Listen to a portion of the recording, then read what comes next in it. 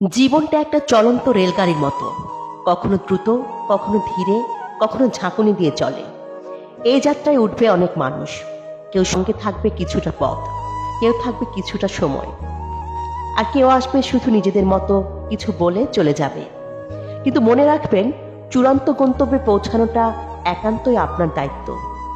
সবাইকে খুশি রাখা কখনো সম্ভব নয়, তাই সবাইকে বোঝানোর চেষ্টাও বৃথা। কেউ আপনার সম্পর্কে ভুল বললে নিজেকে প্রমাণ করতে যাবেন না, কারণ যারা আপনাকে ভালোবাসে তারা ব্যাখ্যা চায় না, আর যারা নয় তাদের কাছে যুক্তিও বৃথা। মানুষের মুখ বন্ধ করা যায় না, কিন্তু নিজের মনকে সুরক্ষিত রাখা যায়। তাই যে কোনো বিষাক্ত কথায় বা অপ্রয়োজনীয় সমালোচনা মন খারাপ করবেন না। মানুষ অনেক কিছু বলবে, বলার কাজটাই তারা ভালো জানে।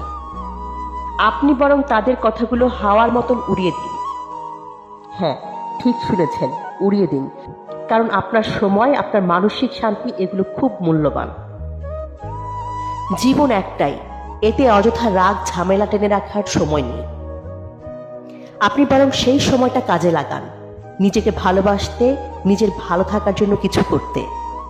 একটা বই পড়ুন, গান শুনুন, ছবি আঁকুন, প্রিয় মানুষের সঙ্গে কথা বলুন, একটু হাঁটুন বা একটা গাছ লাগান। এই ছোট ছোট কাজগুলোতে শান্তি লুকিয়ে আছে। আপনার জীবনে এমন কিছু মানুষ রাখুন যাদের সামনে আপনি নিজের মতো করে হাসতে পারেন, কাঁদতে পারেন, কথা বলতে পারেন, যারা আপনার না বলা কথাও বুঝে নিতে পারে। বাকিদের নিয়ে ভাববেন না, কারণ প্রতিটা জীবনে কিছু আগাছা থাকবেই, কিন্তু আগাছাটা কাঁদতে জানতে হয়, না হলে সে আপনার সুন্দর বাগানটাকে নষ্ট করে দিবে।